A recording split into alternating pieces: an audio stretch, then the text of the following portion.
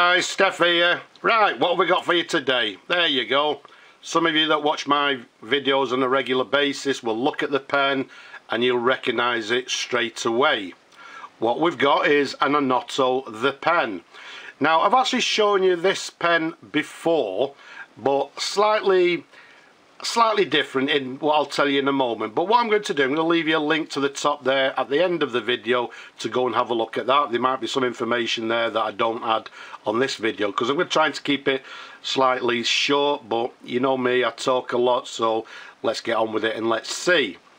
But this one is the Onoto the pen. The model is from the 5000 series, and this one is the 5600, and the model being 443. One of the reasons, as I say, I want to show you this one, it has 443.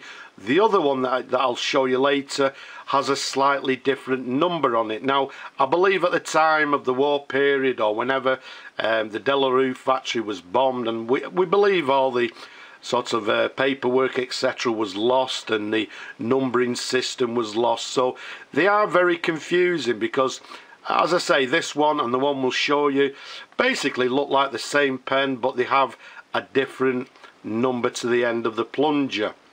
Now, the size of this pen, from the top of the cap to the bottom of the barrel, 126mm capped. Around the barrel, a nice 11mm in diameter. This pen is a plunger filler, as we'll show in a moment. It's what we term as an ink visible pen, i.e. that it's got this transparency to the barrel and to the cap, which we'll show in a moment.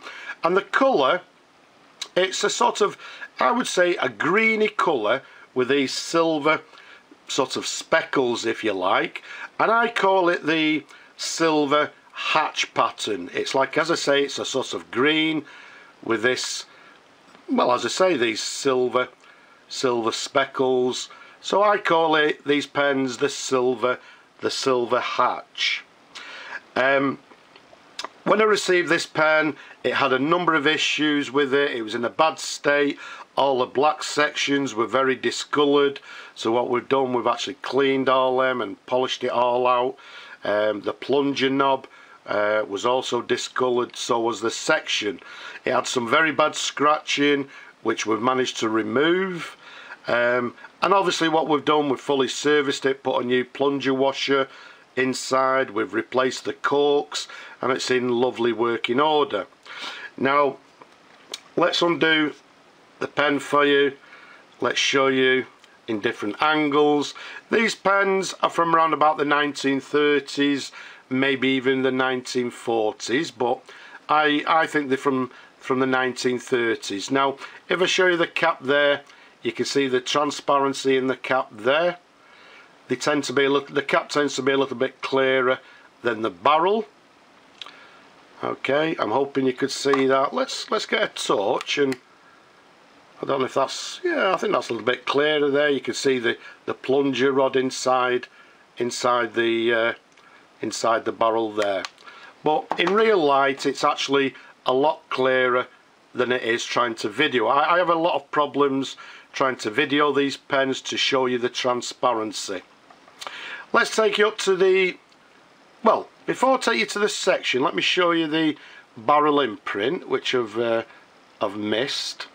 In fact, I'm sorry, I'm not with it today. I've also missed the clip there. Let's show you the clip. You can see we've got a ball clip there, very recognisable. To the very top there, we've got the sunburst within the circle, which is actually the Delarue logo.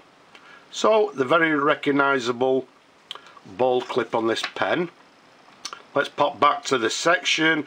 Again, that was discoloured.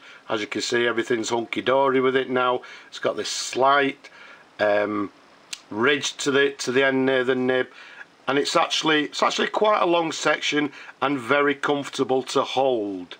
Even with my large hands, it's a lovely size of fountain pen.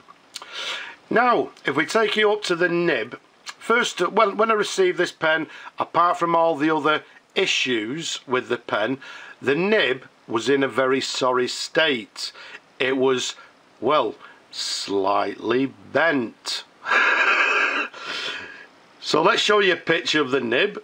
There's the nib from the front. As you can see, we don't know what happened to it, but you can see it's got quite a bend. The tines are slightly twisted. Let's show you a sideways view. You can see even with a sideways view we've got a double bend there, which makes it actually rather harder to work with the nib. And here's a close-up of the nib or the tines. As you can see, it's in quite a bad state. So what we did, we spent quite a while working on the nib, well, basically it takes a long time testing it, looking at it, working, looking at it, etc, etc. And here's a picture of the nib once it was finished. There you go. So that's after all the work has been done on the nib, and you can see there's a vast improvement. So let's show you the nib close up like so. Let's keep it nice and still for you. And the imprint reads Delarue, Onoto, 14 carat, London, and then it's got the number 2, which is the correct sized or the correct nib for this pen. Let's show you a sideways view. There you go. You can see after all that work it's much better now and how it should be.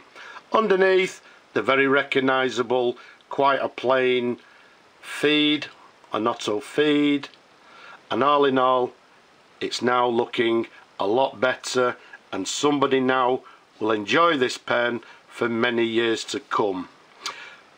Pardon? Sorry? Yes, I can hear you. I can hear you all shouting, let's see the pen writing. Fine, okay, we'll do that. As I say, it's a plunger filler, which means what we do, we unscrew the plunger knob at the end, we pull out the plunger and we press down in one quick, swift movement. Let me just be quiet. Sometimes you can hear like a popping sound from the end. Let's do it again. There you go. You can hear like a popping and a hissing sound, which tells me hopefully everything is fine. So let's bring on some ink. Now while I bring on some ink, what I'm going to do, because I do get people asking me, what ink do you actually use, Steph? Well, let's show you. Excuse me. You can see it's this triangular bottle here. It's a vintage bottle of Parker, well, this one says Super Quink, and what I tend to do, I actually just top it up now and again with blue and black ink. I don't measure it, I just simply pour it in, and that basically gives it, well, I like it, it's like a bluey black, quite a black ink. So that's just for you people that ask me what ink do I use. So let's dip the nib in the ink, and I'll be quiet here. Right, now I'm quite sure you actually heard that.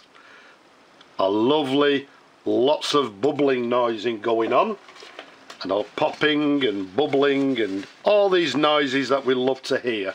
Let's give the nib a wipe. Pop the ink to one side and the cap. Let's bring on our trusty little pad and let's see how the pen writes. So what we have is Onoto, Onoto the pen. This is actually it's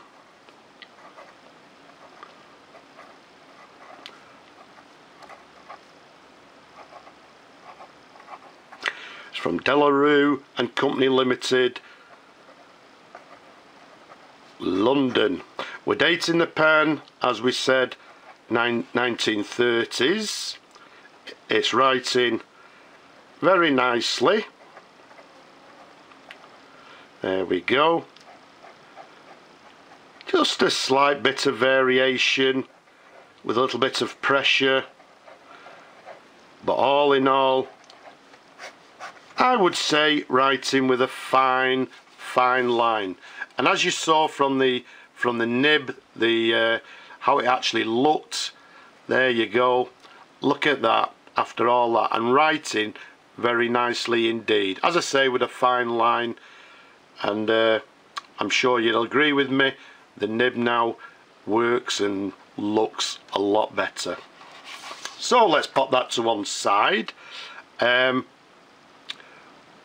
One thing, I'm going to actually do something slightly different, because I was going to empty it into the ink, but what we'll do, just so that you people can actually, just bear with me. Right, I'm actually getting a newspaper. I'm going to bring this newspaper over the top here, and just so you people can see the pen, actually the ink inside. Now if I pull the plunger now, then we might actually get quite a bit of ink popping out. So there you go, get a little bit of a blob. But now if I push down on the plunger, we should see all the ink coming out of the nib.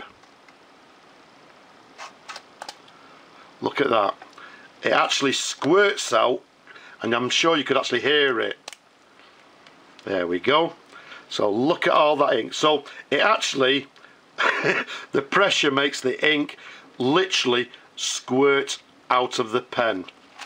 So what I'll do, if I can find the cap underneath here, we'll simply put the cap on like so.